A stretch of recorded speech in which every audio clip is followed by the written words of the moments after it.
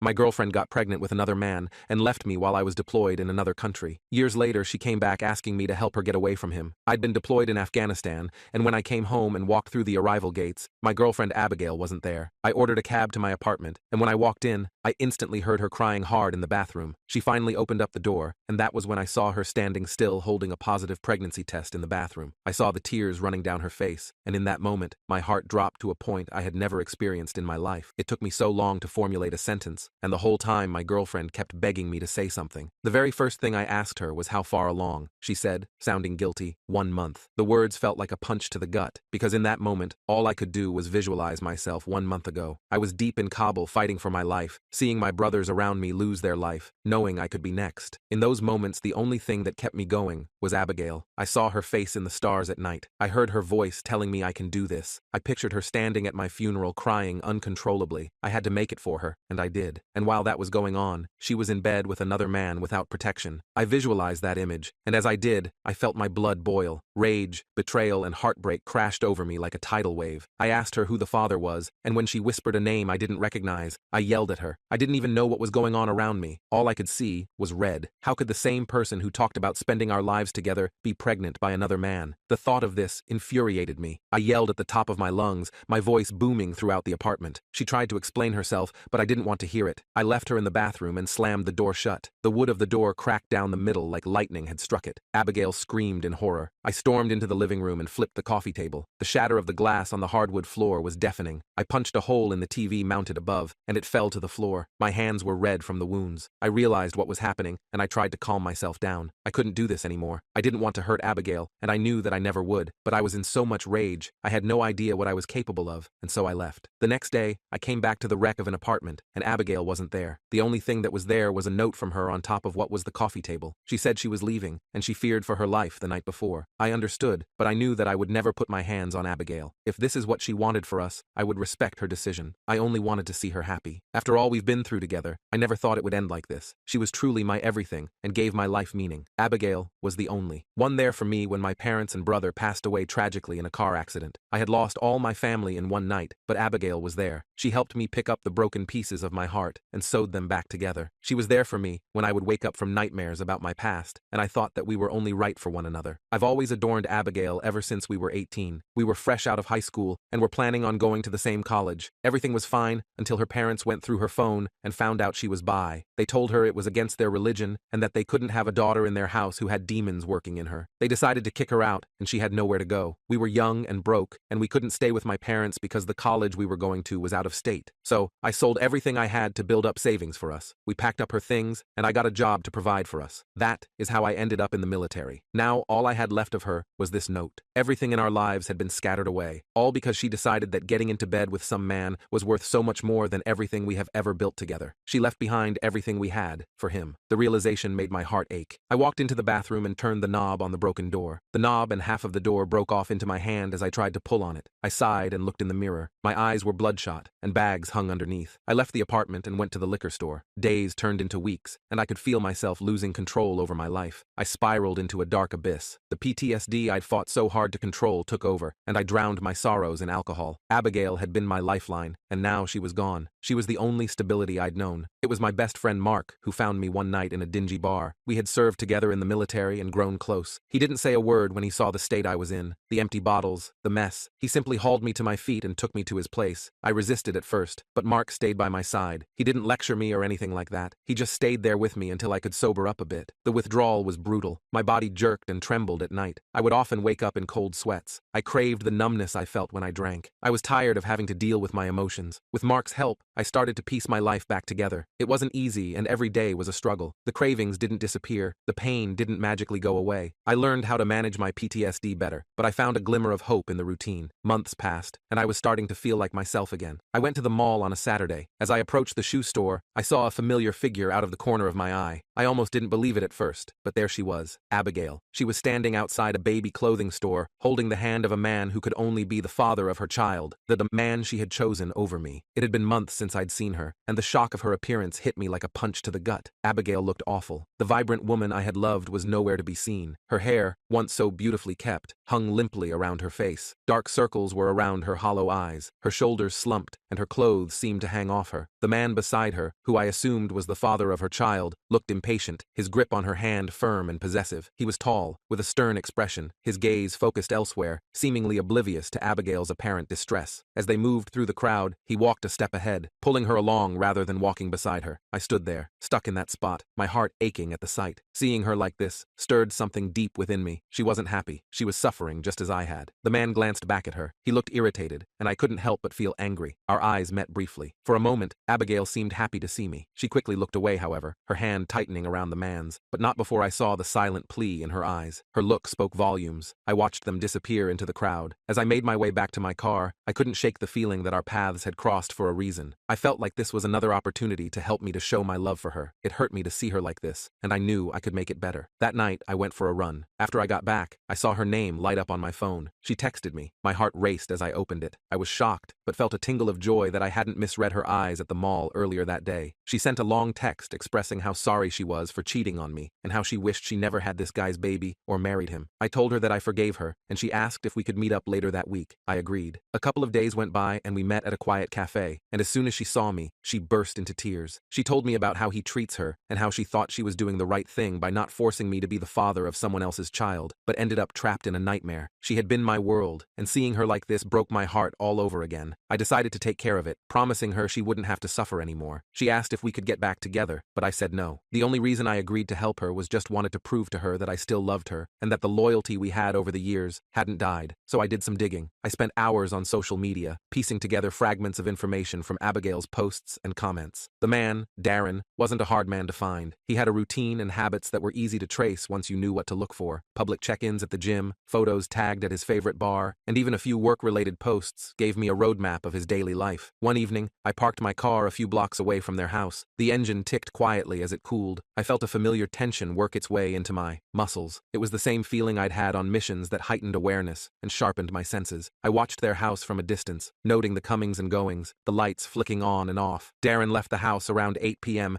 heading to the gym as he did every Tuesday. I followed at a safe distance. My heart was pounding in my chest. The darkness hid me. He was a creature of habit, sticking to the same route and parking in the same spot. I observed him from my car, hidden in the shadows as he walked into the gym. The gym was a 24-hour place, and it wasn't unusual for people to come and go at all hours. I waited, the minutes stretching into what felt like hours, until he finally came out. He was sweat-soaked and carrying a gym bag. He didn't notice me as he walked to his car. I felt a rush of adrenaline. I knew this was it. As soon as I was going to attack Darren, a man that seemed to recognize him showed up, and they started talking to one another. I knew I couldn't now because it would be too risky, so I waited in my car until they were done, but before I could get him, he was in his car. The bar was his next stop. I followed him there, parking across the street and watching as he went inside. The neon lights flickered, casting a sickly glow on the pavement. I waited, knowing that alcohol would make him an easier target. Hours passed, and the bar began to empty. It was close to closing time when Darren finally stumbled out, his steps unsteady, and his demeanor was aggressive. I stepped out of my car. I felt my pulse in my throat. This was the moment I had been waiting for. I shadowed him as he made his way to his car, walking as quietly as possible. He didn't see me coming. I grabbed him from behind and dragged him into the alley behind the bar. I had caught him off guard, and he struggled, but I had the upper hand. I pressed him against the brick wall. I didn't hold back. I let out years of frustration on this dude. When it was over, I walked away, leaving him in a state of minced meat, and not the lean kind. I left that bar feeling accomplished. I was proud of myself. I knew that guy wouldn't be putting his hands on Abigail ever again. Abigail never contacted me again after that, and I didn't seek her out. I'd done what I could for her, and that was enough. I found a strange peace in knowing that the last thing I did for her was protect her, even if it wasn't the kind of protection I'd once dreamed of offering. Life went on. I focused on my recovery, leaning on Mark and the support system I'd built. The nightmares never completely went away, and the pain of losing Abigail was a constant ache, but I learned to live with it. I found new things to live for and new goals to strive towards. One day, as I was walking through the park, I saw a couple playing with their young child. They were laughing. They seemed like the perfect family. I felt a sense of sadness, but also a bit hopeful. Maybe, someday, I'd find that kind of happiness again. For now, I was content with the knowledge that I'd survived. I'd been to hell and back, but I was still standing, and that was enough.